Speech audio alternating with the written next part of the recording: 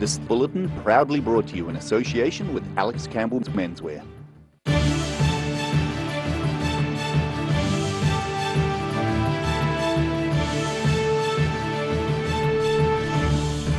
Tonight on the South Today, has someone pulled the plug on Lake Wanaka? It's nearing its lowest level in 30 years. An emotional reunion with family after a missing father and son are found safe in Fiordland. And the owners of a well-known vegetarian cafe in Dunedin are forced to call it a day.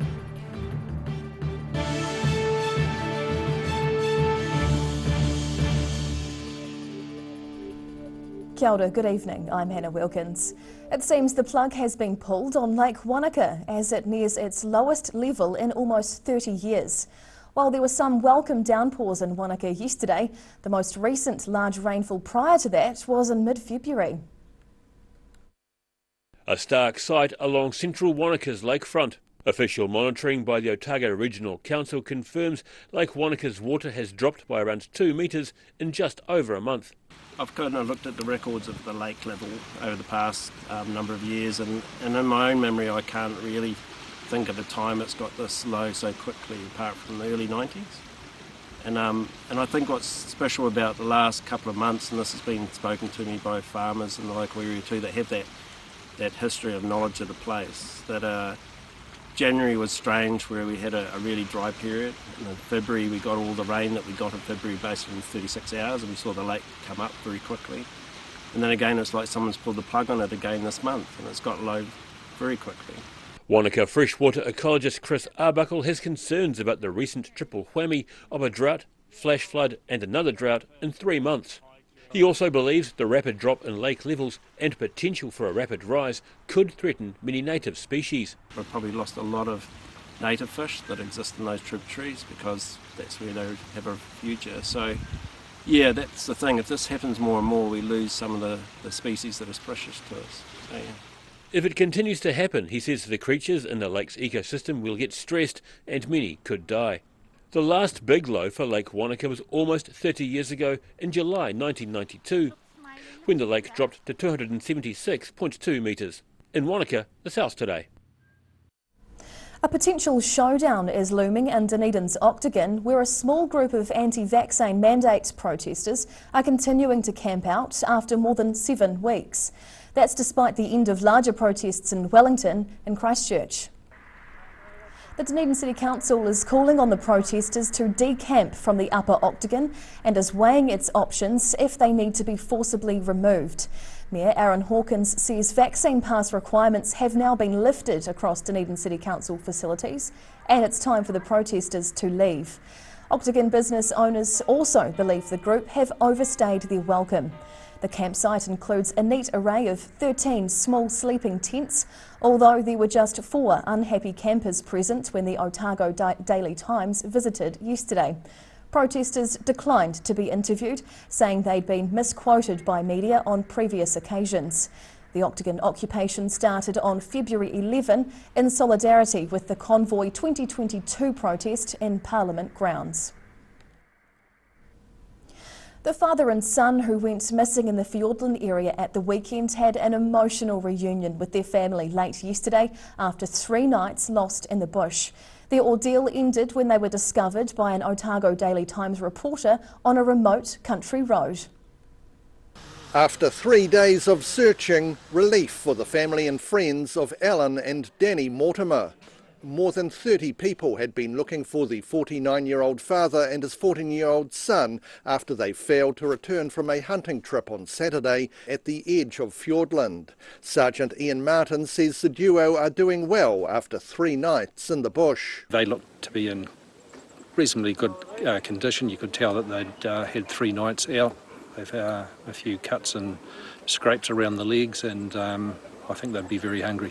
ODT reporter Louisa Giroun was driving towards their last known campsite when she spotted the pair walking in a paddock just a few kilometres from the search base. The 2 missing people were alive and reasonably well and were able to walk out, and thanks to the Otago Daily Times reporter, they were back here nice and safe. Sergeant Martin says it's important people are well prepared when hiking in the back country. You shouldn't be going into the bush without a compass, a map and a personal locator beacon. A GPS is an extremely good thing. Family members were overjoyed to see the father and son again. The pair had suffered only minor injuries but were flown to Southland Hospital to be checked out. In Fiordland, the South Today. Well-known Queenstown artist Simon Morrison Deaker has been chosen to redecorate the bathrooms at Te Atamira, the region's new arts and culture centre. The painter took a tour of the new venue at Remarkables Park alongside Te Atamira director Olivia Edgerton. The Trust put the call out in February for artists who could think outside the box to create novel and inspiring ideas to brighten the loos. It's a step away from Simon Morrison Deaker's usual abstract style. He's of Ngaitahu descent and was keen to include elements of Whakatupu's history and pre-European themes into the piece. Well, these are interpretive tuku panels that you'll find inside a meeting house, and so they're traditionally kind of weave, and they sit between the carved panels inside the internal walls. Te Atamira's Trust is still in the final stages of fundraising, with the goal of opening the doors on the new facility early next month. A Dunedin couple who've been running vegetarian cafe Potpourri for more than a decade have had to sell the business after 2 years of reduced trade due to COVID-19. But the pair are pleased that rather than closing, a new owner is able to take over the business, keeping the cafe's loyal staff employed. A well-known cafe now under new ownership. Hilary and Craig Proctor have run the vegetarian cafe Potpourri for the past 12 years, but the impacts of COVID-19 have made things too difficult for the business, forcing the couple to sell up. Yeah, without the cruise ships in this area, it's been huge. Yeah. No tourists, no cruise, boats coming into Dunedin. Yeah. And we're on the, the walkway for those. A lot of the offices around us, they're working from home. The eatery originally opened in Lower Stewart Street in the 1970s, with the Proctors becoming the 14th owners when they took over the business. The couple say the cafe was doing a roaring trade before COVID came along. It was a thriving little business. Yeah. People would be queued to the door. We had 5 staff on out the front and 2 out the back. They have noticed a little bit of an upswing in the number of customers over the last few weeks, but the cost of food supplies has increased dramatically. They're pleased for their staff that the restaurant's been sold to a new owner, a Dunedin chef, although they're expecting he'll be forced to increase prices to match rising overhead costs. Yeah, you've got to try and keep motivated for your staff and their livelihoods and just keep everybody, keep everyone going and things. The 2 most popular items on the menu are simple staples, baked potatoes and bran muffins, not necessarily together. In Dunedin, the South Today. Whai Yakane, still to come on the South Today. Parking changes are on the way around Dunedin sports grounds, and Queenstown councillors set their priorities ahead of annual plan discussions.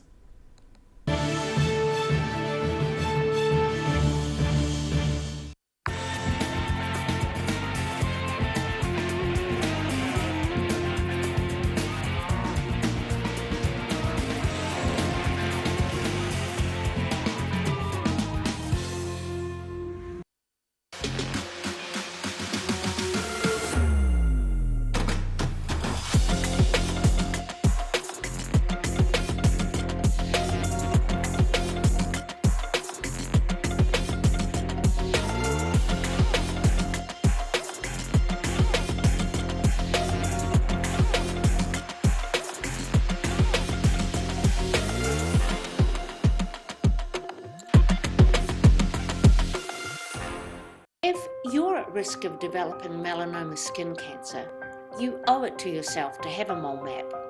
Mole map is coming to your area. Phone today to make an appointment. It could save your life.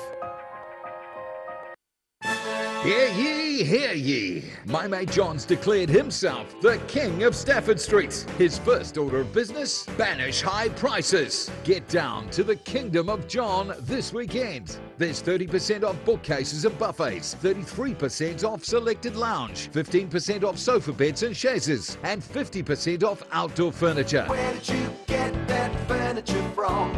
Stafford Street. And my mate John. A poorly maintained heat pump can lose up to 35% of its output. The Mr. Heat Pump Cleaner team are experts. Their specially developed chemical wash is totally biodegradable. Call Mr. Heat Pump Cleaner and get the job done by the professionals. Hi there, guess who? You recognise the eyes? Oh, okay, it's a haircut. Anyway, it's Lindsay here from Alex Campbell Menswear. Our 3 stores are carrying on as usual. Despite what's happening in the world, we have got some great stock for you. Personally, I've spent 50 years in this business and we have some excellent supplier relationships. We've got great stock, it's hand-picked, it's here, it's on time, and it's ready for this great summer. Alex Campbell Menswear, it fits. So, as my favourite cut says, keep calm and carry on. Every day the team at Gillian supports grieving families at their time of need, from answering your questions to organising a farewell that reflects the wishes of your loved one. We can help. Call Gillian's today.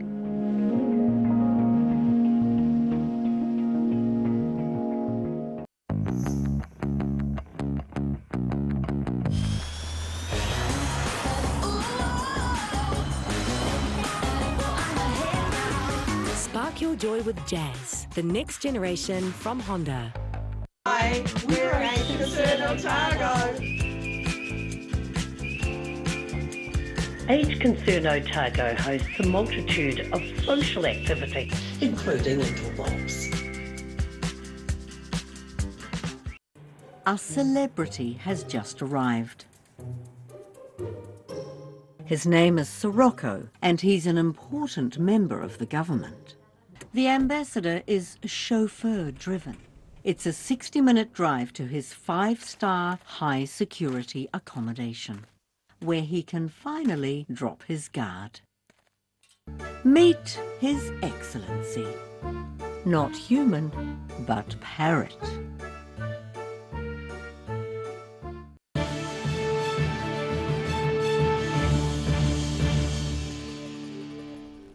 Tēnā koe, welcome back. The Dunedin City Council is installing parking barriers beside some of the city's sports grounds as part of a campaign for orderly parking. The program's aiming to provide more 5-minute parks for drop-offs and pickups, more mobility parks and better pedestrian access. There'll also be more cycle stands installed near grounds, along with concrete barriers to prevent motorists from parking on the grass. The council is starting an education campaign for the winter sports season, but warns motorists who park illegally, including on traffic islands and across driveways, can soon expect to be ticketed. Ngāi Tahu have unveiled the first step in the tribe's plans to build intergenerational housing near Bluff. The plan's been more than 20 years in the planning. A ceremony was held at Te Rau Aroha Marae for the opening of 6 new units designed for older residents. The build is just the first stage in establishing on-site intergenerational housing. Tribal leader Tepani O'Regan officially opened the completed first stage. He says the development has been a long-held dream and is very pleased it's finally underway. The first resident is set to move in next month. Submissions to the Queenstown Lakes District Council's annual plan are due to close later this month, with environmental concerns among the priorities for some councillors. The QLDC's put its annual plan out for consultation, with Deputy Mayor Callum McLeod keen to hear from residents. But I'd love to know what the general populace thinks, because that's the whole purpose of releasing an annual plan, is getting the feedback on, are we on the right track? Wanaka and Hawea residential ratepayers face annual rates increases of between 6.5% and 8.5% in the next year. That's above the council's goal of keeping average increases across the district to less than 6%. Probably a big thing for our community this year will be affordability, because obviously we're facing a crisis around cost of living, and when a 6% or so rates increase last year might have been acceptable, it's going to be a real challenge this year. So it'll be interesting to hear from people what they think. Population growth, the impacts of climate change and the need to employ more staff are among the reasons for a larger than anticipated rates increase in the Wanaka ward. One local councillor, Neve Shaw, is keen to see environmental concerns looked after, although she understands funds are tight. Well, a lot of that comes down to what feedback we get from the community. Like I say, if the community decides that it wants to spend $420,000 more on climate and biodiversity, then there will be a commensurate rates increase. She says some Upper Clutha residents don't believe the council was doing enough for the environment. Submissions to the QLDC's annual plan close on April 26th. In Wanaka, the South Today. The Rural Water Scheme, supplying a number of farms near Gore, has appointed directors to its new management company. The inaugural meeting of Otama Rural Water Limited was held recently at Otama Hall. The water scheme was built in the 1970s by farmers and has been jointly managed by the Gore District Council and a committee. Last year, residents voted to transfer the ownership from the council to those using the scheme. Its water comes from a bore at Pyramid Bridge next to the Matoda River and supplies water to just over 250 connections. Directors would be responsible for the overall management of the scheme. However, the day-to-day running has been contracted out to Downers. Whai Yakane after the break on the South Today. Fans of an American sport kick off a new club in Dunedin, and we'll check the weather for the next few days.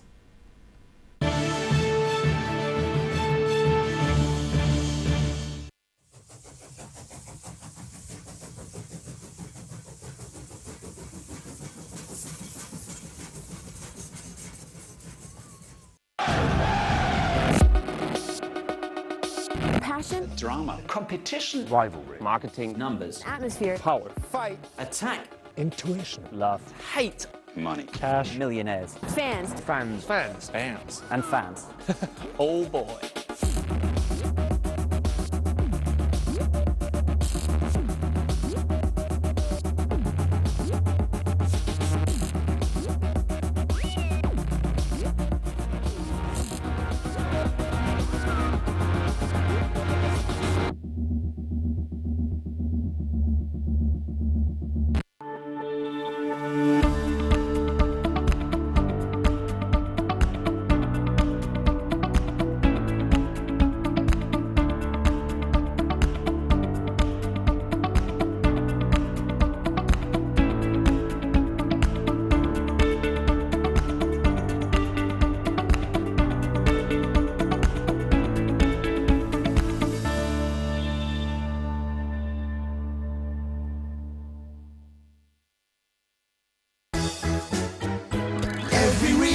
Every season, we're proud to dress the region.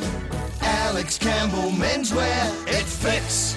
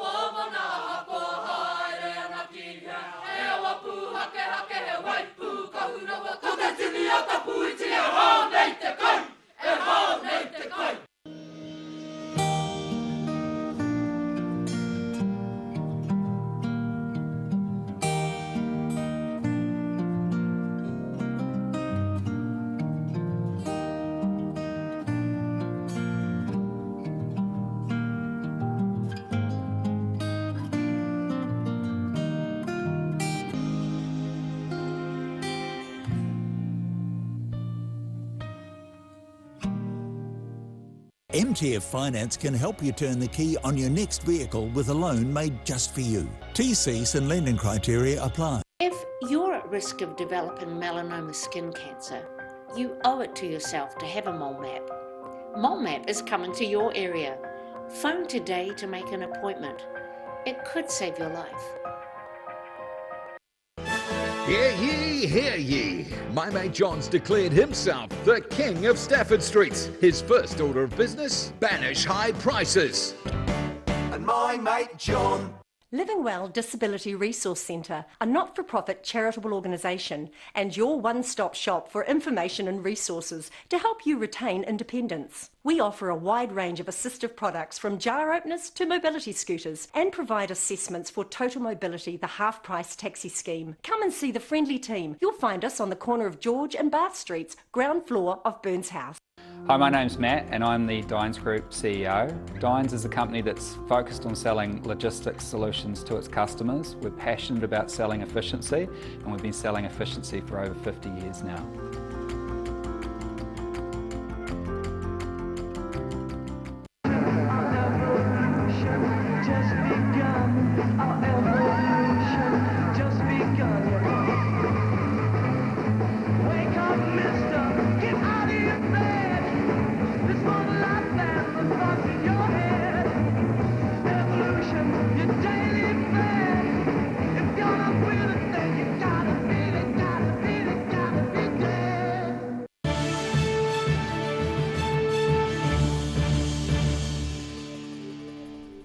Tēnā koe, welcome back.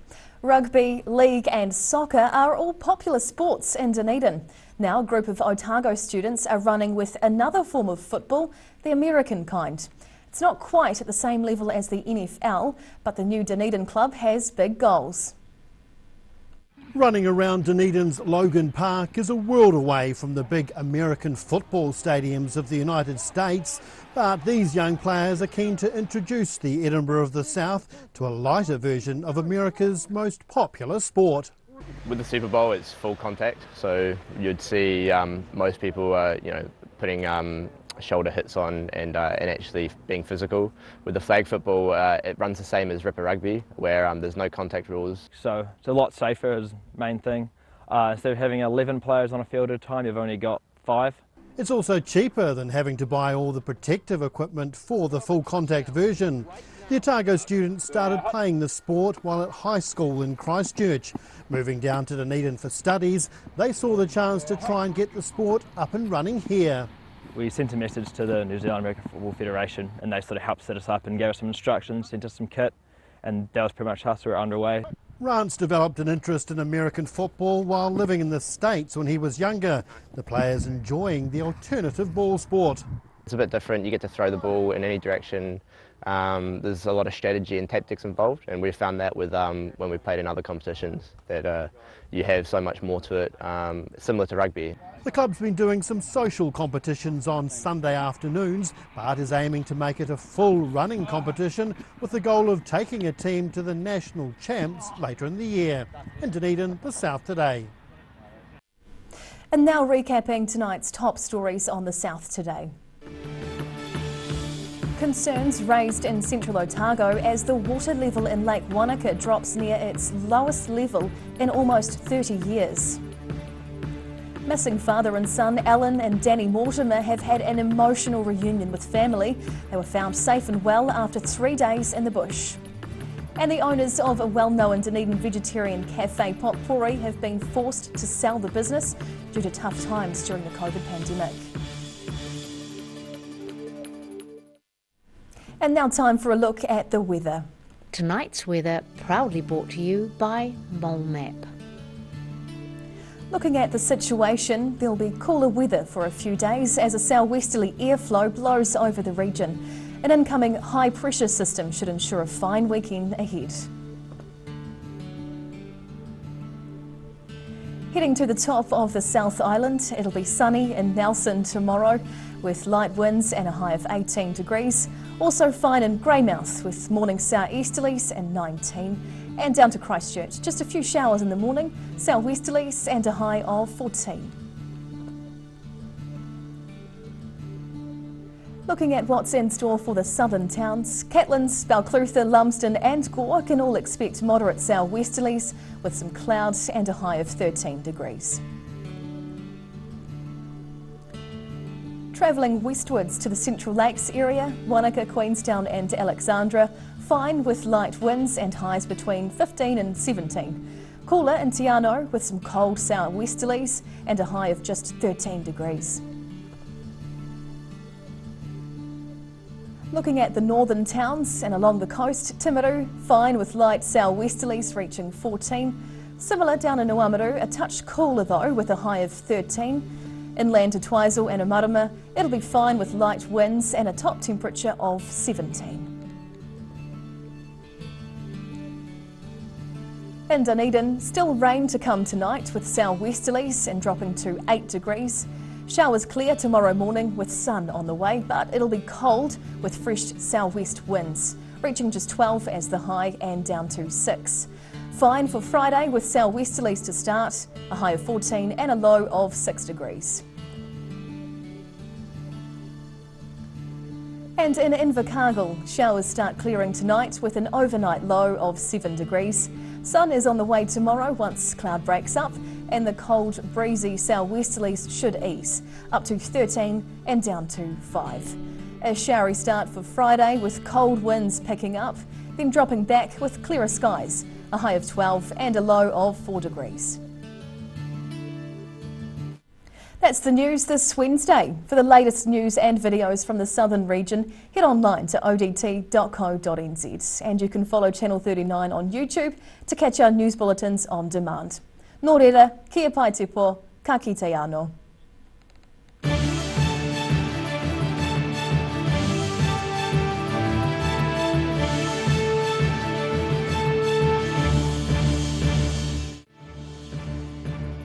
This bulletin proudly brought to you in association with Alex Campbell's Menswear. Public interest journalism funded through New Zealand On Air.